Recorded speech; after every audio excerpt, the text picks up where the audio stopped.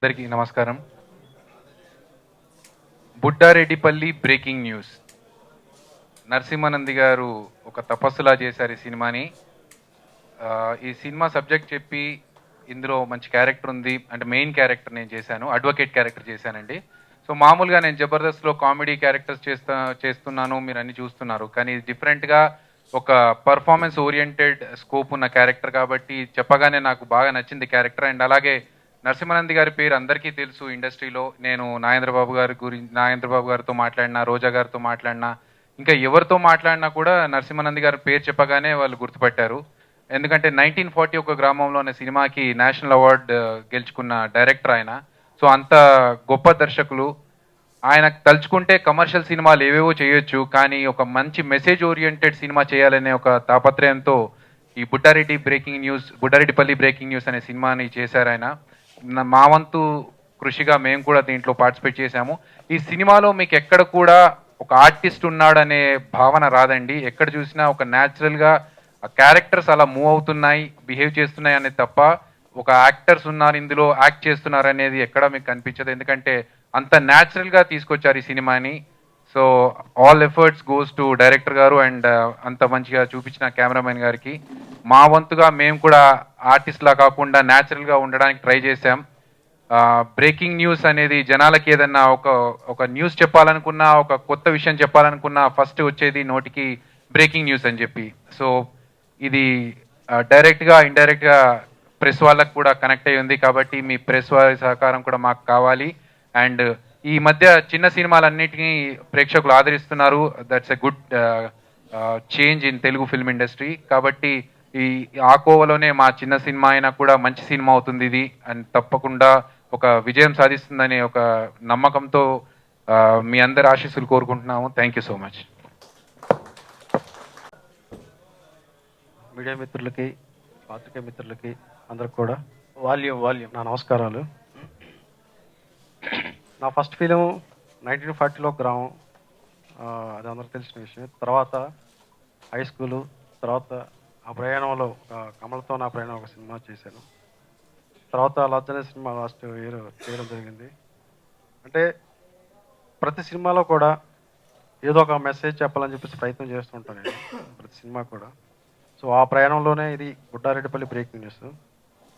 ఈ చిత్రానికి నాకు సహకరించినటువంటి నా మిత్రులు, నా శ్రేయోభిలాషులు, నా ఆత్మీయులు, మా బంధువులు అందరూ కూడా ఇందులో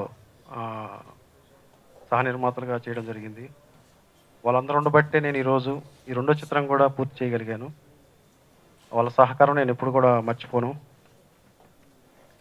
అలాగే వేదిక నడిచినటువంటి పార్లమెంట్ సభ్యులు, మా ఒంగోలు ఎంపీ వైఎస్ సుబ్బారెడ్డి గారికి నా నమస్కారాలు ఇక్కడ దాకా వచ్చినందుకు. అలాగే మా డిజిగిస్ట్ అధినేత మా బసిరెడ్డి గారికి థ్యాంక్ యూ సార్. ముఖ్యంగా బుడ్డారెడ్డిపల్లి బ్రేకింగ్ న్యూస్ కథ అంటే, సృష్టిలో మనిషిని ఆ భగవంతుడు ఎలా అయితే ఈ భూమి మీదకి తీసుకొచ్చి ప్రాణం ఇచ్చాడో, అలాగే జంతువులు కానివ్వండి, పక్షులు కానివ్వండి, ప్రాణం ఉన్న ప్రతి జీవి కూడా మనిషితో పాటు సమానం అని చెప్పదలుచుకున్నాను ఈ సినిమాలో. అలాగే ప్రతి మనిషి కూడా ఎన్నో తప్పులు చేయొచ్చు, ఒప్పులు చేయొచ్చు. కానీ జంతువుల విషయంలో కూడా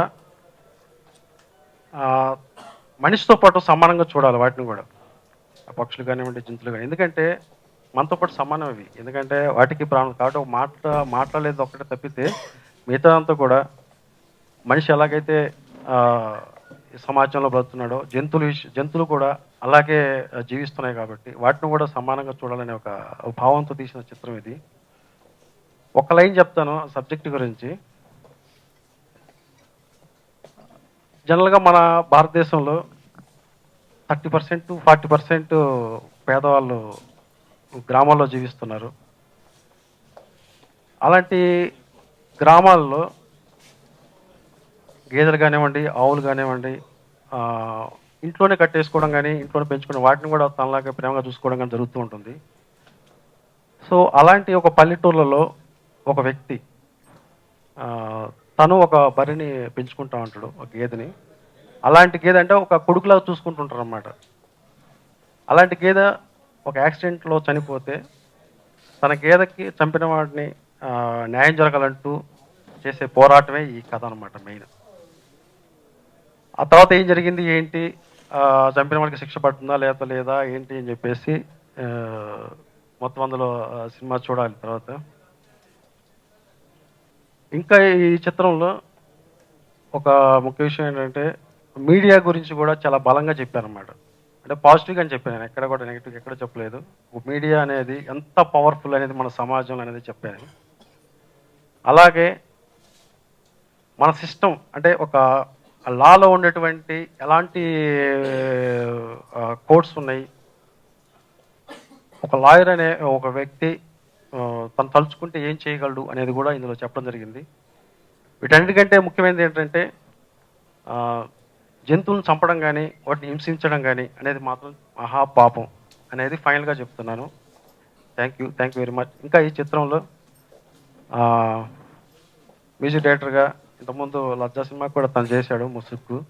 అలాగే కెమెరామెన్ మోహన్ రెడ్డి, తను కూడా ఫస్ట్ నుంచి ట్రావెల్ అవుతున్నాడు. తర్వాత ఇందులో పాటలు రాసినటువంటి చల్లా భాగ్యలక్ష్మి గారు, థ్యాంక్ యూ అండి. మంచి పాట రాశారు మీడియా గురించి. ఆ, చెప్పిన సిచ్యువేషన్ ఇలాగని చెప్పేస్తే చాలా కష్టపడి తను మంచి ఎఫర్ట్ పెట్టి రాశారు. Thank you. ఇంకా మిగతా టెక్నీషియన్స్, తర్వాత ఆర్టిస్టులు అభి మంచి ఎఫర్ట్ పెట్టి చేశాడు. డెఫినెట్గా తనకి మంచి పేరు వస్తుంది ఈ సినిమాలో. అలాగే వరుణ్, తను కూడా ఇంతకుముందు కూడా చేశాడు ఆ సినిమాలో, అతను కూడా మంచి పాత్ర పోషించాడు. అలాగే ఫనీ, తాగుబోతు క్యారెక్టర్ చాలా, ఒక విలేజ్ తాగుబోతు క్యారెక్టర్ ఎలా ఉంటుందో అలా చేశాడు, బాగా చేశాడు. మిగతా అందరూ కూడా తర్వాత నాకు సహకరించినటువంటి మా సహ నిర్మాతలు, ప్రొడ్యూసర్స్ ఎవరైతే ఉన్నారో అందరూ కూడా పేరు పేరున అందరికీ కృతజ్ఞతలు తెలుపుకుంటూ సెలవు తీసుకుంటున్నాను. Thank you. ఈ కార్యక్రమానికి వచ్చిన మిత్రులకు, వేదిక నడిచిన పెద్దలకు అందరికీ నమస్కారం. బుడ్డారెడ్డిపల్లె బ్రేకింగ్ న్యూస్. ఈ సినిమా ఒక సందేశాత్మకంగా నిర్మించడం జరిగిందని మిత్రులు నరసింహారెడ్డి గారు చెప్పారు. చెప్పినప్పుడు నాకు చాలా ఆశ్చర్యం వేసింది. ఇట్లాంటి హృదయాన్ని అత్తుకునే విషయాలను కూడా టేకప్ చేసి సందేశాత్మక సినిమాలు తీస్తున్నాం. అభినందించదగ్గ విషయం. అది కూడా కాకుండా ముఖ్యంగా ప్రకాశం జిల్లాలోని అత్యంత వెనుకబడి ప్రాంతాల నుంచి వచ్చి ఒక 5-6 మిత్రులందరూ కలిసి వాళ్ళు ఎంతో కష్టపడిన సంపాదించిన డబ్బుతో ఇట్లాంటి మంచి సందేశాత్మక సినిమా తీస్తున్నారంటే ముఖ్యంగా దానికోసమే వాళ్ళందరినీ అభినందించేదానికి, నరసింహారెడ్డిని అభినందించేదానికే నేను ఈరోజు కార్యక్రమానికి రావటానికి జరిగింది. అందుట్లో ఆ సినిమాలో లైన్ చెప్పడం జరిగింది నరసింహారెడ్డి. మనుషులు, జీవాలు, మూగజీవాలు ముఖ్యంగా మనుషులతో పాటు సమానంగా వాటికి కూడా న్యాయం జరగాలి ఏదైనా అనుకోని సంఘటన జరిగినప్పుడు అనేది చాలా మంచి అంశము. మూగజీవాలన్నీ వాటిని ప్రాణం పోయినా సరే పట్టించుకోకుండా ఏ చట్టము న్యాయం కూడా వాటిని పరిగణలోకి తీసుకోవట్లేదు అనే అంశం మీద తీశారు కాబట్టి మంచి సందేశాత్మకంగా ఉంటుంది. తప్పకుండా ఈ సినిమా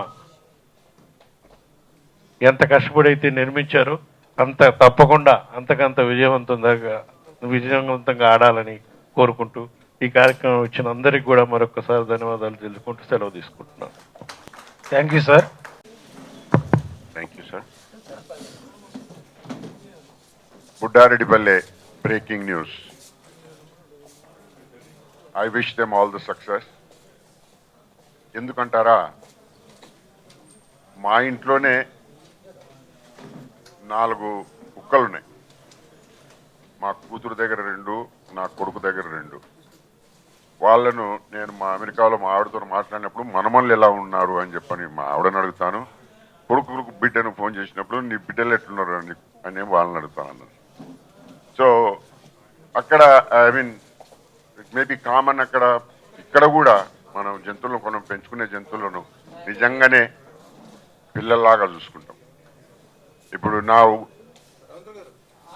తోటలో ఒక దూడ ఉంది, గిరికావు తెచ్చిపెట్టిన, దాని పేరు ఎల్లి అని పెట్టిన. అంటే నా పిల్లల్ని అడిగినారా ఏం పేరు పెట్టాలని. ఆవుకు లక్ష్మి అని, దూడకు ఎల్లి అని. అది ఇంత మంచిగా అయింది, జబర్దస్త్ అయింది. దానికి పాలు విండలేదు. మేము పొలం దగ్గర ఉన్న ఒక 1/2 లీటర్ పాలు వాడు విండుకుంటుండే. ఇంకా తత్వం పాలు అంతా దూడకే వదిలిపెట్టేసినాం. సో అది సాలిడ్గా తయారైంది. ఇప్పుడు నా ఫేస్బుక్లో కూడా ఉంటుంది.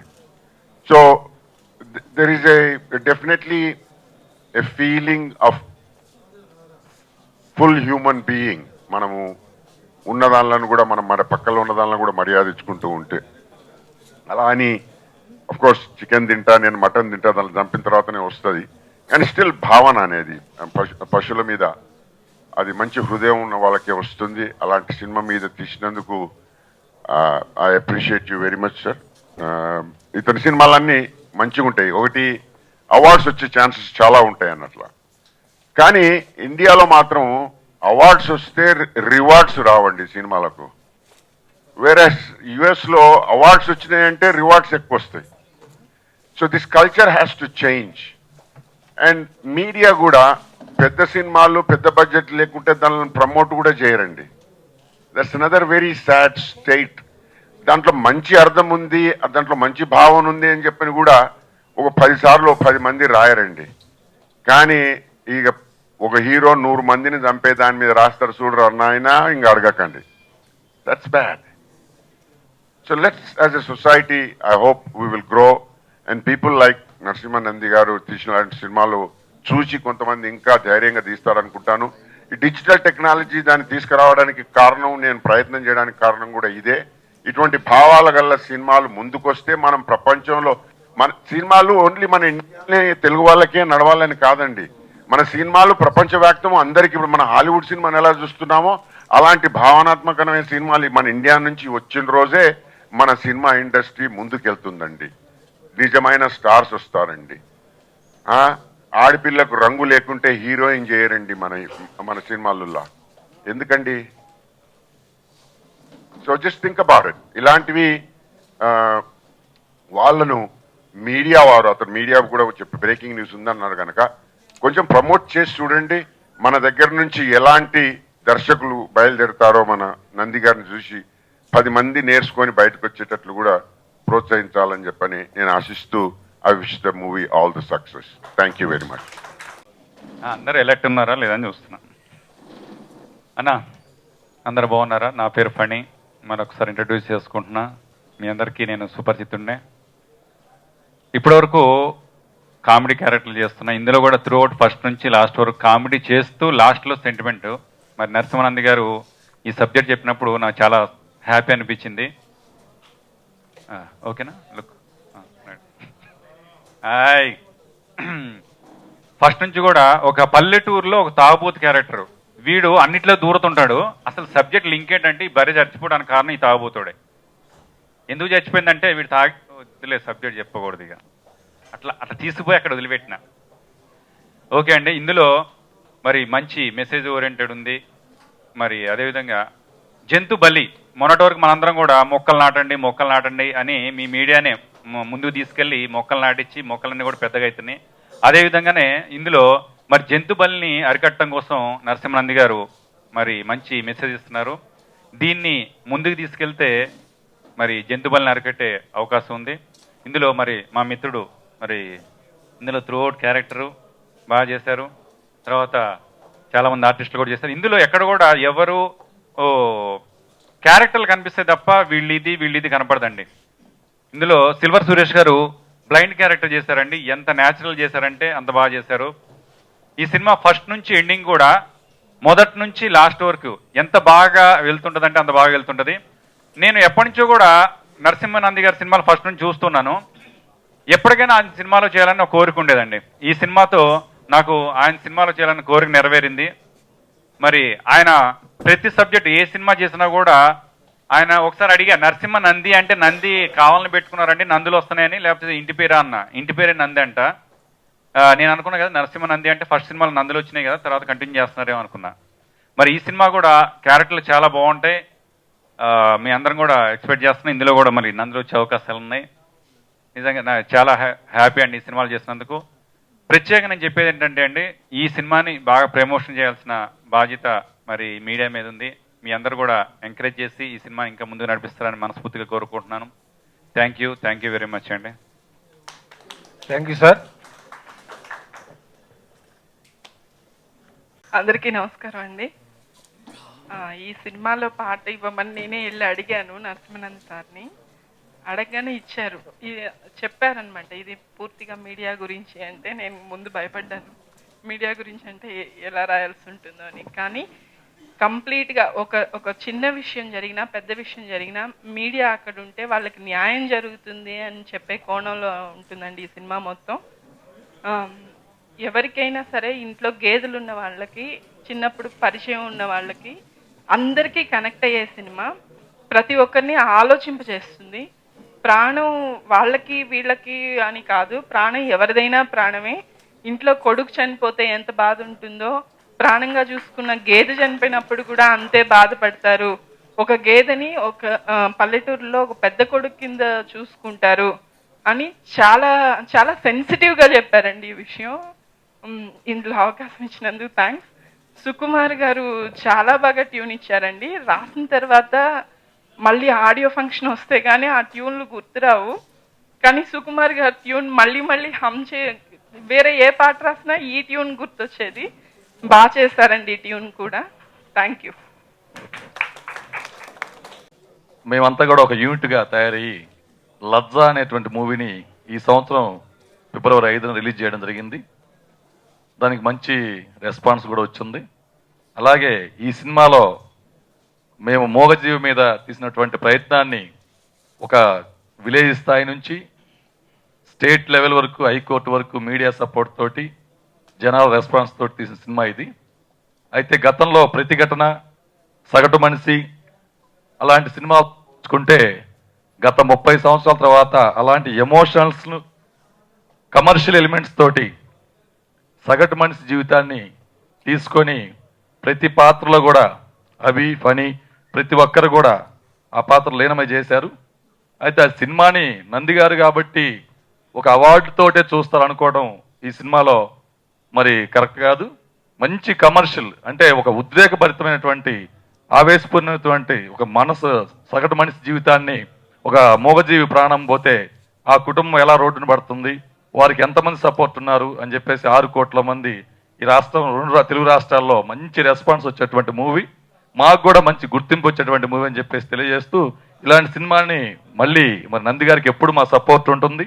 అలాగే మా టీం వర్క్ కూడా మళ్ళీ నెక్స్ట్ కూడా మరి ఒక మూవీని కూడా మళ్ళీ ప్లాన్ చేసుకొని మీ అందరి సహకారం ఉంటే మళ్ళీ ముందుకు వెళ్తామని చెప్పేసి తెలియపరుచుకుంటూ, నంది గారికి కూడా ఎప్పుడు కూడా మరి ఇలాంటి సినిమా తీయటానికి చాలా గడ్స్ కావాలి. మేము డబ్బు అయితే పెట్టగలమేమో కానీ ఆయనకున్న ధైర్యాన్ని, ఆయనకుండేటువంటి ఎథిక్స్ని మాత్రం తప్పకుండా అవి తప్పించుకోకుండా అదే మూసలో వెళ్తున్నటువంటి నంది గారికి హ్యాట్స్ ఆఫ్ అండి.